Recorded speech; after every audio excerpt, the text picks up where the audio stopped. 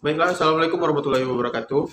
Kami dari kelompok 1 ingin mempresentasikan hasil dari PPT dan makalah kami, mata kuliah Teknologi Bahan dengan judul Uji Tarik.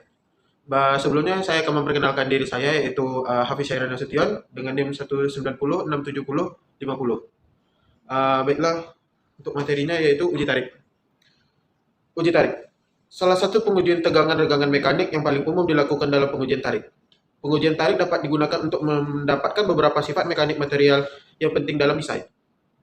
Spesimen uji tarik mengalami deformasi, biasanya sampai patah, di mana beban tarik yang diterapkan secara uniaksial di sepanjang sumbu panjang spesimen meningkat secara bertahap. Uji tarik mengukur ketahanan material terhadap gaya statis atau gaya yang diterapkan secara perlahan-lahan. Strain rate atau laju perubahan regangan pada pengujian tarik biasanya kecil, yaitu sekitar 10 pangkat min 4 sampai 10 pangkat min 2 S min 1. Spesimen uji tarik standar dapat dilihat pada gambar di bawah ini. Biasanya, penampang dari spesimen adalah lingkaran, tetapi spesimen persegi panjang juga dapat digunakan. Konfigurasi spesimen dog bone ini dipilih sehingga selama pengujian, deformasi yang terjadi terbatas hanya pada wilayah tengah yang sempit, memiliki penampang yang seragam, dan juga untuk mengurangi kemungkinan patah pada ujung spesimen. Diameter standar adalah 12,8 mm dalam kurung 0,5 inci, sedangkan panjang reduced section setidaknya 4 kali diameter ini, biasanya sampai 60 mm atau 2,25 inci. Gauge leg digunakan dalam perhitungan keuletan, nilai standarnya adalah 50 mm. Skema alat pengujian tarik bisa dilihat pada gambar ini. Spesimen ditempatkan pada mesin dengan cara menjepit kedua ujungnya. Jadi pada batang itu ujung 1 dan ujung 2-nya dijepit pada mesin. Kemudian gaya force yang biasa dikenal dengan beban diterapkan. Mesin uji tarik dirancang untuk memanjangkan spesimen pada kelajuan yang konstan dan untuk secara kontinu dan bersamaan mengukur beban seketika yang diterapkan dengan load cell dan perpanjang yang dihasilkan dengan strain gauge atau extensometer. Output dari uji tarik dicatat, biasanya menggunakan komputer sebagai beban atau gaya versus panjangnya, atau delta L. Data-data tersebut kemudian dikonversi menjadi tegangan atau stress dan regangan atau strain. Kurva tegangan regangan yang didapat akan dianalisis lebih lanjut untuk mendapatkan sifat-sifat dari material seperti modulus Young, tegangan luluh dalam kurung yield stress, dan yang lain-lain. Uji tarik tensile test. Kurva tegangan regangan secara kualitatif dari material logam. Pada gambar ini, temperatur logam diasumsikan temperatur kamar. Dari kurva yang terlihat bahwa bagian bawah awal adalah bagian elastis dan bagian kedua adalah bagian plastis yang non-linear. Kurva tegangan regangan secara kualitatif dari material termoplastik bisa dilihat pada gambar ini. Temperatur material plastik diasumsikan di atas glass transition temperatur. Glass transition temperatur adalah temperatur di mana struktur polimer berubah menjadi cairan kental dan kenyal, sama seperti pada logam. Dari kurva yang terlihat bahwa bagian awal adalah bagian elastis dan bagian kedua adalah bagian plastis non-linear. Kurva tegangan regangan secara kualitatif dari material elastomer atau seperti karet dan silikon. Pada material elastomer, sebagian besar deformasi yang terjadi adalah elastis dan non-linear. Kurva tegangan regangan secara kualitatif dari keramik, kaca, dan konkret atau beton. Pada keramik, kaca, dan beton, kurva hanya menunjukkan daerah elastis linear dan hampir tidak ada deformasi plastik pada suhu kamar. Engineering stress dan strain. Jika gaya F dan perubahan panjang yang merupakan output dari pengujian digunakan, maka hasilnya akan bergantung pada geometri dari spesimen. Spesimen yang lebih besar membutuhkan gaya yang lebih besar dan mengalami perpanjangan yang lebih besar pada spesimen yang lebih kecil dari material yang sama. Jika kita mengubah gaya beban menjadi gaya tegangan dan perpanjangan yang terjadi menjadi regangan, strain, maka hasil dari satu pengujian akan berlaku untuk semua ukuran dan penampang dari spesimen. Hasil untuk tegangan dan regangan adalah sama untuk bahan yang sama terlepas dari ukuran spesimennya.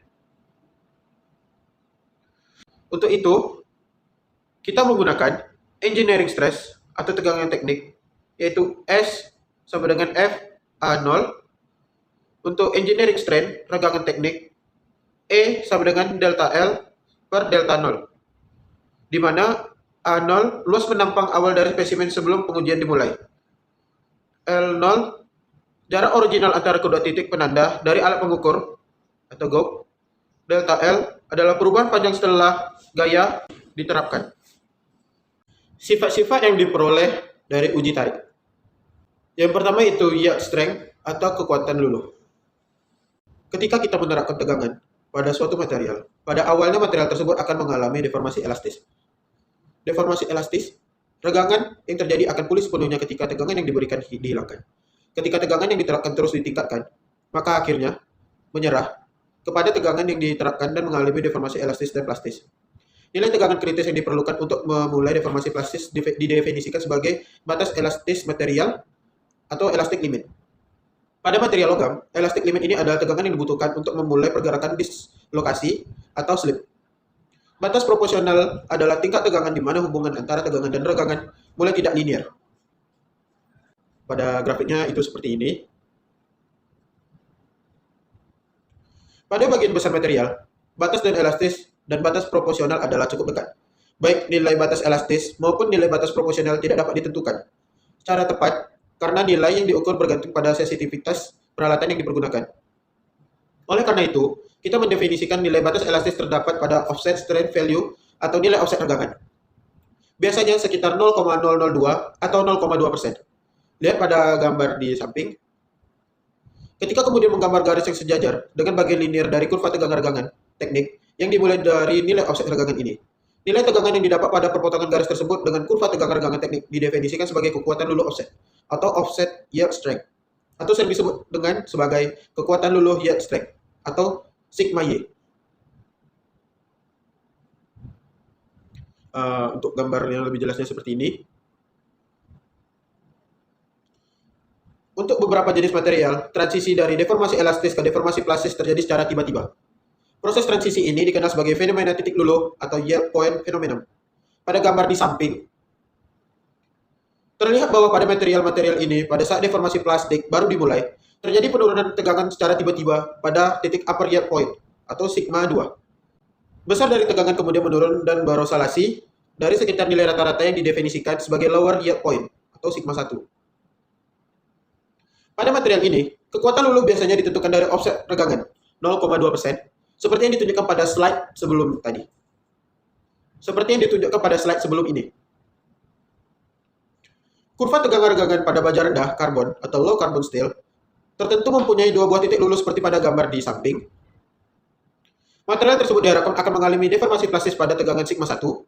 Akan tetapi, terdapat atom-atom interstitial kecil yang berkerumun di sekitar diskolasi sehingga mengganggu proses slip yang mengakibatkan naiknya titik luluh ke sigma 2. Dislokasi diskolasi mulai slip apabila kita menerapkan tegangan yang lebih tinggi atau sigma 2.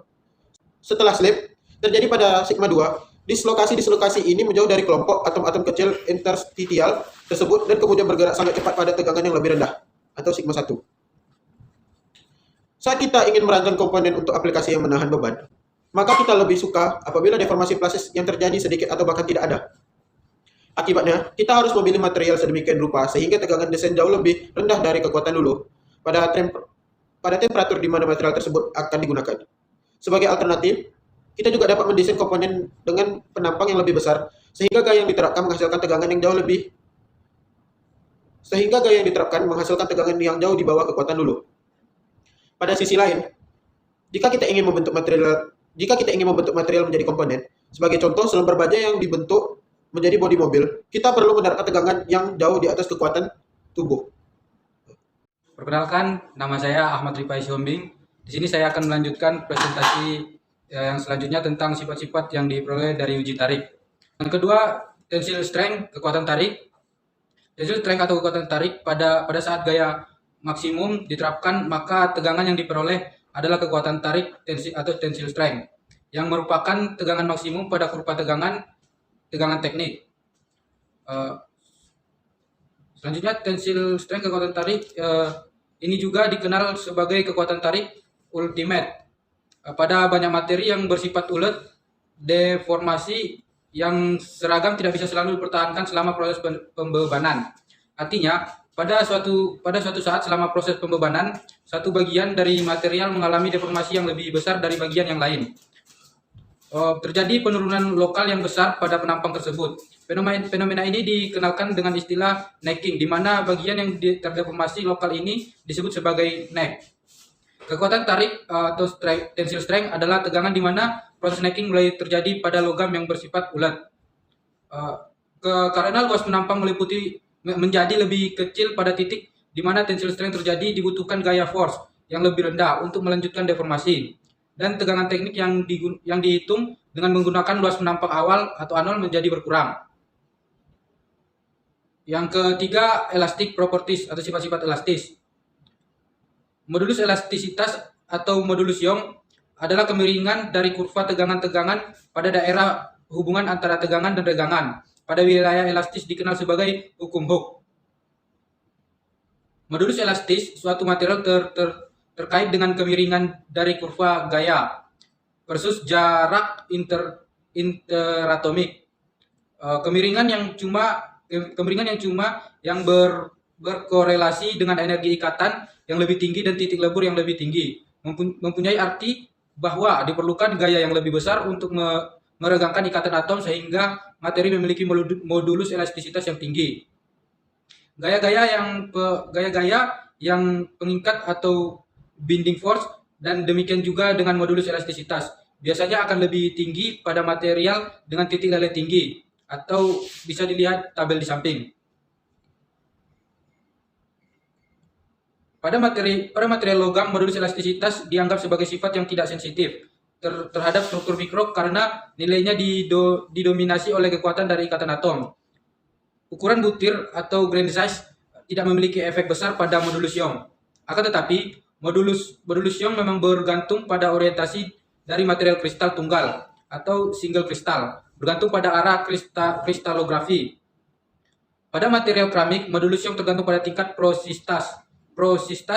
Modulus Young dari komposit bergantung pada kekakuan dan jumlah dari komponen-komponen individu dari komposit. Modulus Young adalah ukuran kekuatan dari sebuah komponen. Komponen dengan modulus elastisitas tinggi bersifat kaku akan menunjukkan perubahan dimensi yang jauh lebih kecil jika tegangan yang diterapkan hanya menyebabkan deformasi elastis bila dibandingkan dengan komponen dengan modulus elastisitas lebih rendah. Gambar di samping membandingkan perilaku elastisitas di antara baja dan aluminium. Jika tegangan 207 MPa diterapkan pada masing-masing material, baja berdeformasi elastis sebesar 0,001 cm per cm. Aluminium deformasi elastisitas sebesar 0,03 cm. Modulus elastisitas dari baja adalah sekitar 3 kali lebih tinggi dari aluminium. Position ratio adalah perbandingan deformasi lateral dengan deformasi elastis longitudinal yang dihasilkan oleh tegangan tarik atau tekan sederhana yang terjadi secara bersamaan. Pada banyak material logam pada daerah elastisitasnya, position ratio biasanya sekitar 0,3, bisa dilihat dari gambar di samping. Selanjutnya, luas daerah yang berada di bawah bagian elastisitas dari kurva tegangan dikenal sebagai modulus of resilience. Modulus of resilience adalah kemampuan suatu material untuk menyerap energi ketika dideformasi secara elastis dan melepaskan energi tersebut pada saat beban dihilangkan. Untuk perilaku elastis linear, kemampuan pegas atau bola golf untuk tampil memuaskan bergantung pada modulus of resilience yang tinggi, seperti gambar di samping. Selanjutnya masuk ke contoh dengan menggunakan data dari tabel yang di sebelah. Yang pertama, dihitung modulus elastisitas dari paduan aluminium. Selanjutnya, gunakan modulus elastisitas tersebut untuk menentukan panjang batang setelah deformasi dengan panjang awal 125 cm. Kita asumsikan bahwa tegangan sebesar 207 MPa diterapkan? Maka jawabannya ketika tegangan sebesar 248,6 MPa diterapkan, diperoleh regangan sebesar 0,0035. Modulus elastisitasnya yaitu sama dengan 7128,6 MPa. Kemudian dari Hooke's-Law, modulus elastisitasnya yaitu sama dengan 0,03 cm per cm. Kita ketahui bahwa modulus elastisitas L pertama dikurang L0 sama dengan per L0. Maka L sama dengan L0 plus elastisitas L0 sama dengan 125 ditambah 0,03 dikali 125 sama dengan 125,375 cm. Sekian dari saya. Terima kasih. Akan dilanjutkan oleh anggota kelompok selanjutnya. Selanjutnya adalah tensile toughness. Energi yang diserap oleh material sebelum material mengalami fracture dikenal sebagai tensile toughness. Tensile toughness kadang-kadang diukur sebagai luas daerah di bawah kurva tegangan renggangan yang sebenarnya. Karena lebih mudah untuk mengukur tegangan renggangan teknik, engineering menyamakan tensile toughness dengan luas daerah di bawah kurva tegangan tarik. Selanjutnya, sifat-sifat yang diperoleh uji tarik selanjutnya adalah ductility. Ductility mengukur besarnya deformasi yang dapat ditahan oleh suatu material tanpa putus. Terdapat dua metode pengukuran ductility. Pengukuran pertama adalah persen perpanjang yang menggambarkan deformasi plastik permanen sebelum menjadi kegagalan dengan cara mengukur jarak antara tanda pengukur pada spesimen sebelum dan sesudah pengujian. Selanjutnya, renggangan setelah kegagalan adalah lebih kecil daripada renggangan pada titik putus karena renggangan elastis pulih ketika beban dihilangkan. Persen perpanjangan dapat ditulis dengan elongation sama dengan LF kurang L0 per L0 dikali 100, di mana LF adalah jarak antara tanda pengukur setelah spesimen rusak. Metode pengukuran kedua adalah dengan mengukur persen perubahan luas dari penampang spesimen sesaat sebelum dan sesudah pengujian. Persen reduction diberikan dalam bentuk reduction in area sama dengan A0 dikurang AF per A0 dikali 100, di mana AF adalah luas penampang final dari permukaan patah setelah spesimen sudah mengalami kegagalan. Selanjutnya, sifat yang diperoleh adalah pengaruh temperatur. Sebagaimana gambar di samping, sifat-sifat mekanik material bergantung pada tempatnya, kekuatan luluh, kekuatan tarik, dan modulus elastisitas. Menurun pada temperatur yang lebih tinggi, sedangkan keuletan meningkat. Pihak fabrikasi material mungkin ingin mendeformasi material pada temperatur tinggi. Karena pada temperatur tinggi, material memiliki keuletan yang tinggi dan dibutuhkan tegangan yang tidak terlalu besar untuk mendeformasinya. Ketika temperatur berkurang, banyak jenis logam, paduan, dan polimer menjadi getas. Temperatur tinggi didefinisikan relatif terhadap temperatur leleh dari material. Oleh karena itu, temperatur 500 derajat Celcius adalah temperatur tinggi untuk paduan aluminium, akan tetapi merupakan temperatur yang relatif rendah untuk pemrosesan baja. Pengaruh temperatur. Peningkatan temperatur juga mempunyai peran penting dalam pemrosesan material polimer. Dalam banyak operasi pemrosesan polimer seperti proses ekstrusi, peningkatan ductility dan polimer pada temperatur yang lebih tinggi adalah menguntungkan. Pada polimer, istilah temperatur tinggi umumnya berarti bahwa temperatur material lebih tinggi dari kelas transition temperatur. Pada temperatur lebih kecil dari Tg, maka polimer bersifat getas. Pada temperatur lebih besar dari Tg, maka polimer bersifat ulet. Banyak bahan polimer akan menjadi lebih keras dan lebih getas karena terpapar pada temperatur di bawah Tg. Hilangnya ductility mempunyai peran dalam kegagalan Titanic pada 1912 dan Challenger pada 1986. True stress dan true strain. Penurunan tegangan teknik setelah melewati titik tensile strength pada kurva tegangan renggangan teknik terkait dengan definisi dari renggangan teknik tersebut, seperti pada gambar di bawah ini.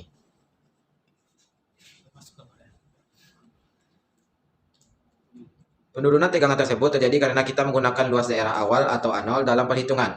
Akibatnya perhitungan tidak bisa presisi karena luas daerah A terus-menerus berubah selama pengujian. Kita definisikan true stress dalam bentuk QT sama dengan F per A, di mana A adalah luas daerah yang aktual ketika gaya F diterapkan. Setelah necking terjadi persamaan QT sama dengan Q dalam kurung 1 tambah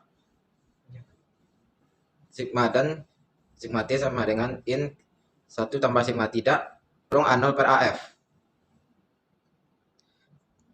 Gambar di sebelah menunjukkan perbandingan kurva antara engineering stress dan true strength.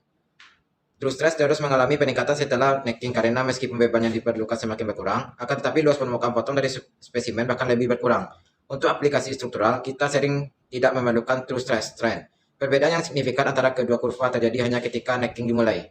Tetapi ketika necking dimulai, komponen kita sudah sangat terdeformasi dan tidak lagi memenuhi tujuan penggunaannya.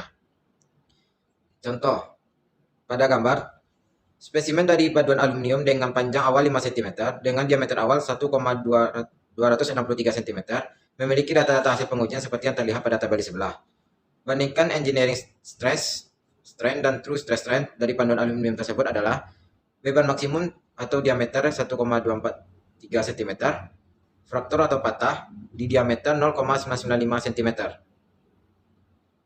Contoh yang kedua, pada beban maksimum engineering stress, Rho sama dengan F per A0 sama dengan 35.580 Newton per V per 4 dikali 1,263